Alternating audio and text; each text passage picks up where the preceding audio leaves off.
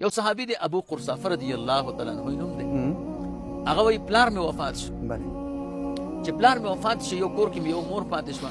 یو مې خاله پاتې شوه د مور خور او د پلار نه موږ ته ډېر پسونه او میږې پاتې وې هغه به ما سر ته بوتلې وی ترور راته وي خاله چې ته خو ځې مدینه منوره کې دا زموږ مال سره خو د مکې مکرمې نه یو سړی راغلی او د پیغمبرۍ دعوه یې کړې ده چې ګوره هغه ته ورنشي وی زه یو ورځ په دې لار تېرېدم چې رسول الله مبارک مې ولیده ډېره مزه یې راکړه ما وی قسم دی که دا مخ د دروغجنې ویم سار نه ورسره کېناستم او مال مې همداسې پرېښو مازدیګر شو چې را روان شو خو مال خو مې وږی را روان ویلې خاله راته وویې چې بچیه مال دې وږی راوستم که سبا ته دې وږی راوسته بیا دې نه پرېږدم وی سبا چې په دې لار تېرېدم او رسول الله مبارک مې ولیدم زړه مې ترې بیا ونشي بیا مې مازدیګره پورې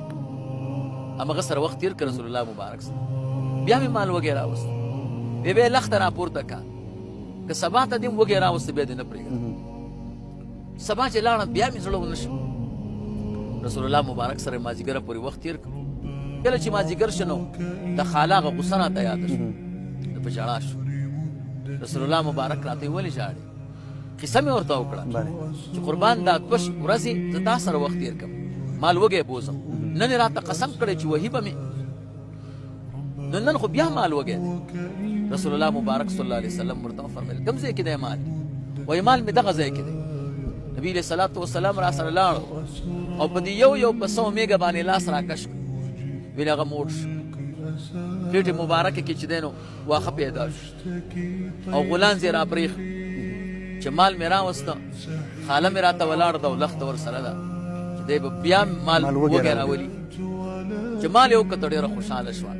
ورته وی بچیه دغه ځای در نه پاتې نه شي او دې ځای کې ډېر واښه دي نن خو دې مال ډېر تیار راوستی ده او ډېر موړ دی وایي ما ورته وی خاله دا هغه ځای دی چې کوم ځای نه تا منې کوه ما ورته قصه وکړه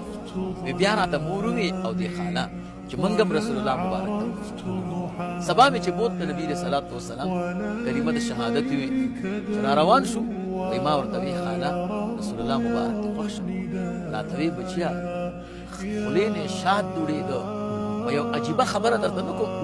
کله به چې خبرې کولې نو د دې خولې مبارکې د غاښونو د میز نه به رڼا راوتله نو د رسول الله مبارک د لاس مبارک دا کمال چې ګوره هغه مال